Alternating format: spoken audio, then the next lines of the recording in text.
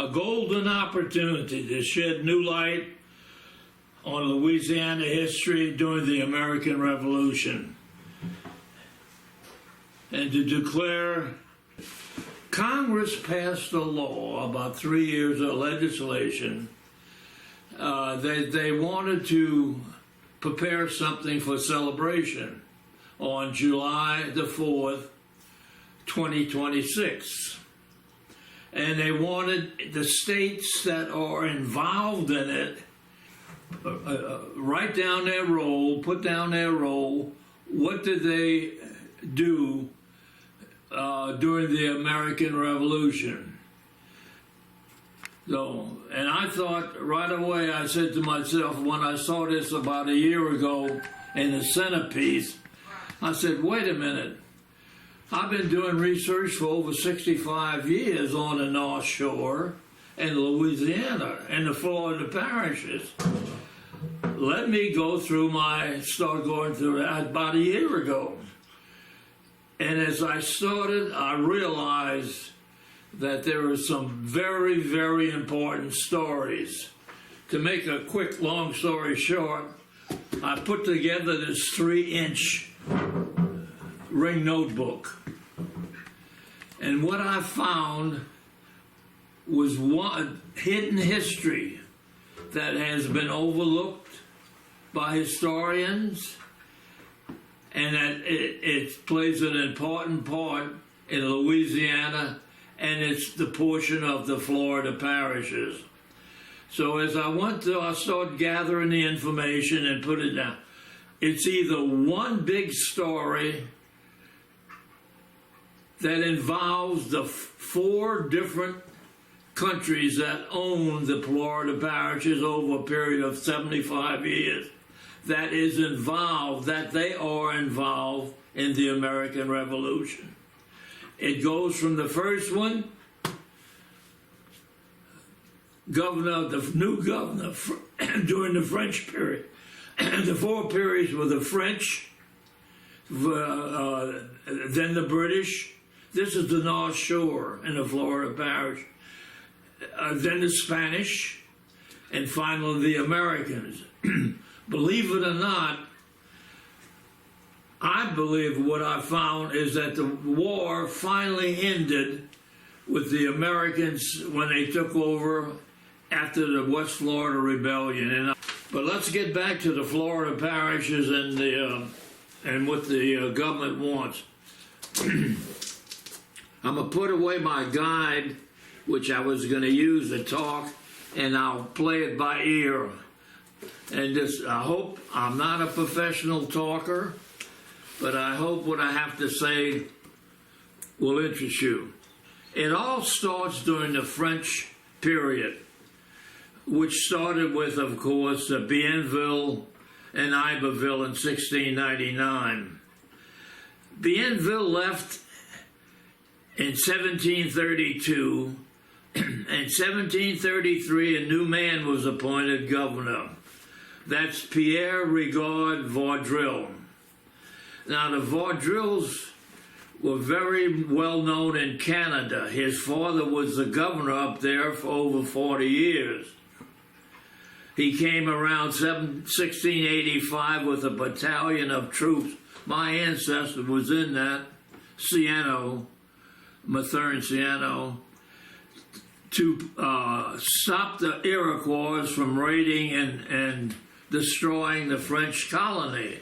Many of the people were getting ready to leave. But anyway, that's the father.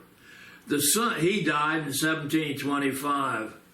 His son, Pierre, assumes control of the French colony in 1743. What the first thing he did was, he bought a plantation which is now Audubon Park, but then also he issued himself a land grant on the North Shore. It was a big land grant. It was 4,800 acres. We have a map of that in here. If I go to the map, which is important to show where the location was, And that's going to be the beginning. It's a key part of the story. This is the 4 periods that the different countries were in the North Shore of the Florida parishes. What it was confusing at first is that it had on the land grant Jean-Pierre Cousin, and this is a misleading error. This plays an important part, as you can see in yellow.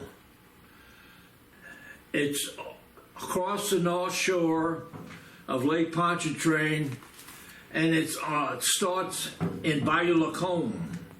It goes for 6 or 7 miles west towards Mandeville. That purple arrow was where James Rumsey started his experiments in 1774 with an iron kettle and steam to move a boat against the current. Pierre Vaudreuil and his wife, Jean Charlotte Fleury Deschambault, came over and stayed for 10 years, and they own that. He started an indigo plantation to grow indigo to stimulate the colony. I don't know how successful it was, but indigo was a dye, a purple dye, that is well liked in Europe, and it was very expensive. But anyway, he has the grant for 10 years. His wife, he married a woman, Jean Charlotte Fleury Deschambault, who was 15 years older than him. And she had a grandniece called Maria Josette Samanon, who was in Montreal and marries a young man that's named Jacques Hertel Rouville. This is one of the big stories of the Revolutionary War. I'm getting to it. I know it's boring to get to the background, but that's one story. He was the second owner for 24 years of this land grant. After him came James Rumsey, who bought it from the widow, Marie Josette Samanon. And that's a big story. All this is part of the Florida parishes and Louisiana and its role in the American Revolution. That's the 3. That takes 75 years. Then after that, I have 2 more names. John Nancarrow, who met Rumsey when he was moved over to the Potomac River, and he gave him secret information about a pot boiler. And in return, Rumsey gives him his papers on this land grant that he has. He took the papers, the land grant. He didn't know, or he knew, that Spanish law, when you abandon a grant, you only have, you don't live on it or improve it, it reverts back to the king. So in 10 years, he lost it. He was still, 10 years later, he was on the Potomac successfully demonstrating a steamboat.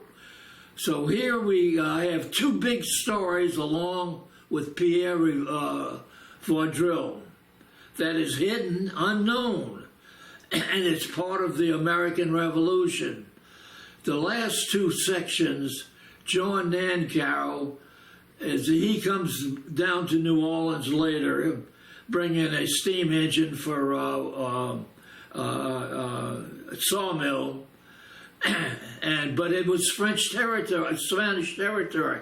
His papers were no good, but he did have the description of the land grant. But as time went on, then they had a revolution called the West Florida Rebellion, or the Lone Star State.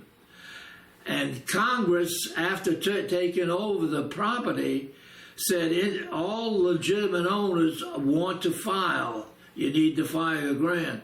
So Nan Carroll filed, but it was turned down because it was abandoned and never improved. And part of it was already, it got sold, part of it was broken up. Going back to Kuzan on the map, you saw it on the map, the Tobin map. They got his name in big letters on the whole thing. The 4,800 acres. That's misleading. But it is correct at the time that this Tobin company was going around gathering vital information, because they found where Francois Kuzan in 1813 filed a petition that he owned the land, and the commissioners sent it in to Washington, and they put this down. But Francois Kuzan was not applying for the whole thing. He had his little subdivision up here in his company, right north of it. He was only asking for 1,000 acres and not the whole thing. So that's misleading right there. And then later on it is broken up, and so Nicholas Ducre, the commandant, married a Kuzan daughter. And you see the names of Nicholas Ducre down here, and where Rumsey was experimenting with his steam engine, Nicholas Ducre. So these two are part of the, and they will both played a part in the American Revolution. We'll get to that. So this land grant of Francois, of Pierre Rigaud Vaudreuil, is very important. After Vaudreuil left, he was recalled back to France. His wife said, look, we can't take this with us. So they gave the grant to the daughter, Jean Marie Josette Francois. Her husband was Jacques Hertel Rouville. Okay, the year was in 1753. They held the property for 24 years. After a few years, things started to heat up north. They had two Indian wars. One was the French and Indian War, or the 7 Years' War. The second was Pontiac Rebellion. From the 7 Years' War was from 1755 to 1762. England had to keep 10,000 troops over here. It was getting expensive. So they decided they're going to tax the 13 colonies. And you know the story of Yorktown, Paul Revere, the Tea Act and all that. England started to place acts to get money back to pay for and they wanted to keep the people out of the Ohio Valley. So they issued a proclamation called the Proclamation of 1763. This is one of the key things that brought on the war. But down in Louisiana, Jacques Hertel Rouville, who was from the family in Canada, very important family in Canada, didn't like what the proclamation said. It took away their religion. They couldn't practice Catholic. It took away their rights, civil rights of voting and everything. It took away their rights to go down and start settling in the Ohio Valley. They were French-speaking. The English passed this proclamation to assimilate the 80,000 people into the English government. But it went over very poorly, first of all, with the minor nobles of Canada. They were called nobles by doing something important, fighting or literature or with the pen, and they were given grants, a land grant. A noble is one who owned the land, and he could rent it out to other individuals, and that's how he got his dignity and wealth. Well, down in Louisiana, in the Florida parishes across the lake on Bayou Lacombe, Jacques Hertel hears the news that his Canada and his family up in Canada are losing all their rights. He leaves Louisiana and goes up to Canada. He gives his wife power of attorney. I got 2 or 3 pages in there. What's important, that's in the notarial archives of New Orleans. They were in British territory, but the head of where they kept the records and everything were way over in Pensacola. So instead of doing, and that was hard to get to, they just crossed the lake and they were using the notaries and the courts of New Orleans. But anyway, he gave his wife the power, and he went up to Canada, and he became one of the leaders of the nobles in Montreal. I gotta say, in my book here, I got it in different sections. I want you to know. One of them, this is the introduction about Bayou Lacombe and that. And then we get to the start of the stories. Pierre Rigaud Cavanel Vaudreuil. And then we get the second part, which is a story. By the way, Vaudreuil played a part, not only was he the last governor of Canada during the 7 Years' War and lost Canada to England, but he died in 1778, when the war was in full bloom, the American Revolution.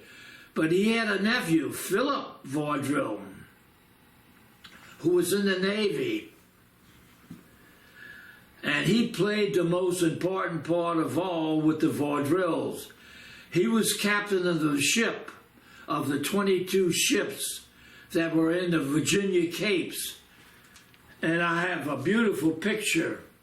I want you to get it's all in the book here, The Battle of the Chesapeake. But to me, this is one of the most interesting pictures of all, of how the French fleet stopped the British from getting in to relieving Cornwallis with his 7,000 troops at York.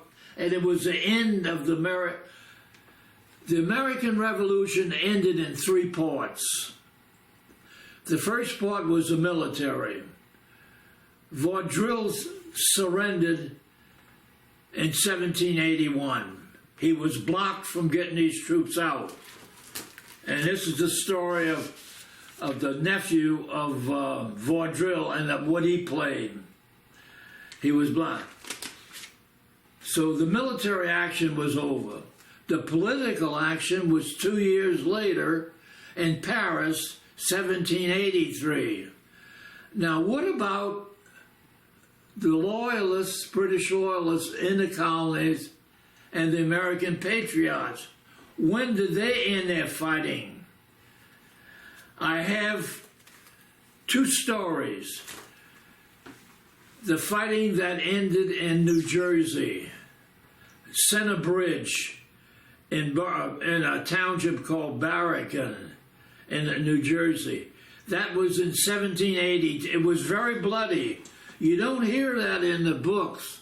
And this is one of the stories, that the last part of the war was with the emotions between the Loyalists and the American Revolution. And it was bloody. And I have the two ending stories.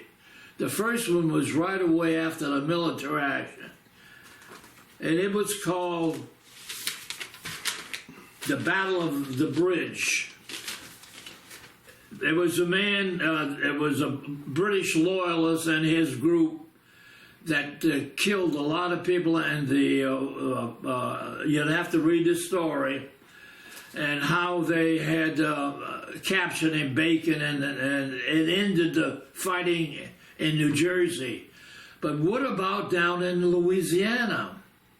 When did the fighting end there? And that's another interesting story.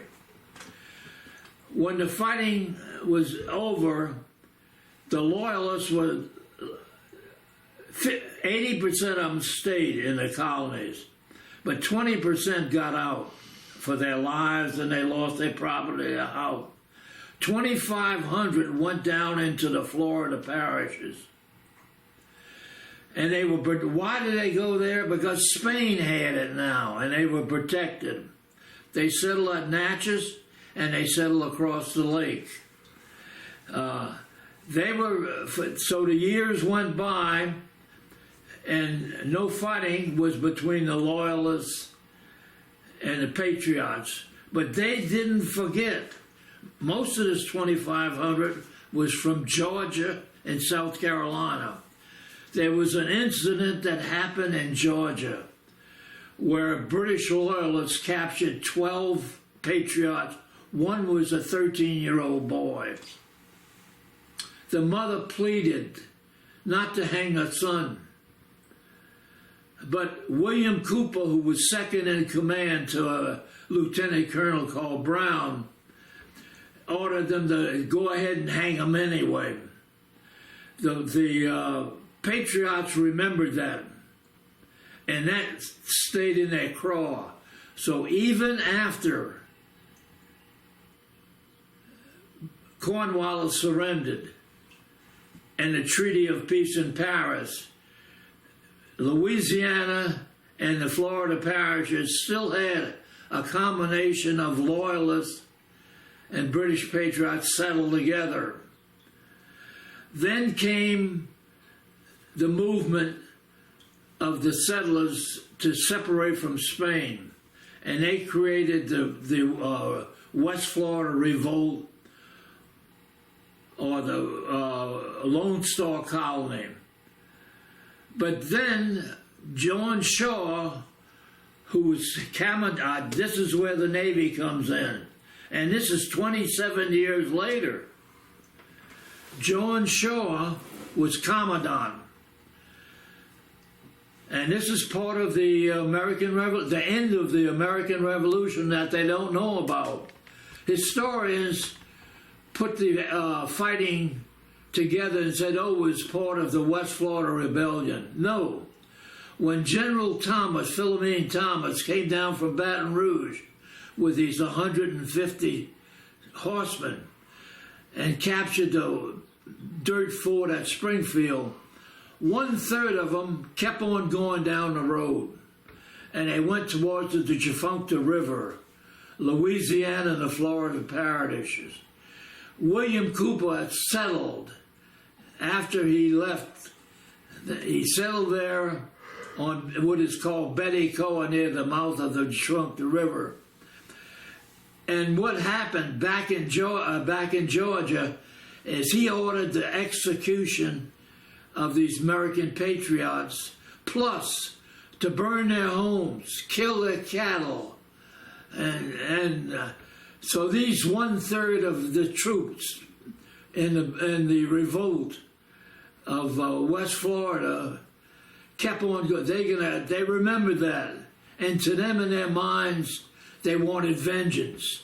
So here we have the end of the war with two vengeance: one in New Jersey in 1782, and one down in Louisiana. They found him on Betty Coa. They killed him, shot him, burned his house, killed his cattle, destroyed his crops. But These other 25 loyalists who were settled there didn't like it, and they started to fight. So here, in 1787, we having the final effort of the American Revolution. How did it end? The gunboat commander of the Defunct River was called George Merrill. He was from Hartford. His father was a mayor of Hartford, Connecticut. And he was, made his home in Madisonville.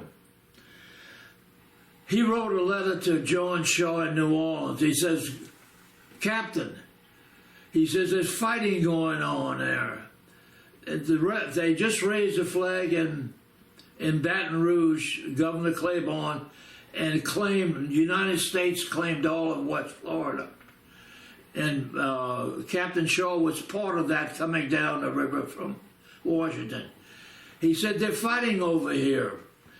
They're over past differences. What should I do? They're killing each other. And one of the letters, it's really critical. It's in my collection at Southeastern. John Shaw has a big letter book. I paid $500 from the government to get it covered. It's a copy of what's in the library. It's his letter book. He receives a letter from Lieutenant Merrill, who was commandant of Gunboat 24. 33 men with lances, sabers, guns, ready to fight. Captain Shaw says, look, we are a one nation now. We are all American. The end of the war.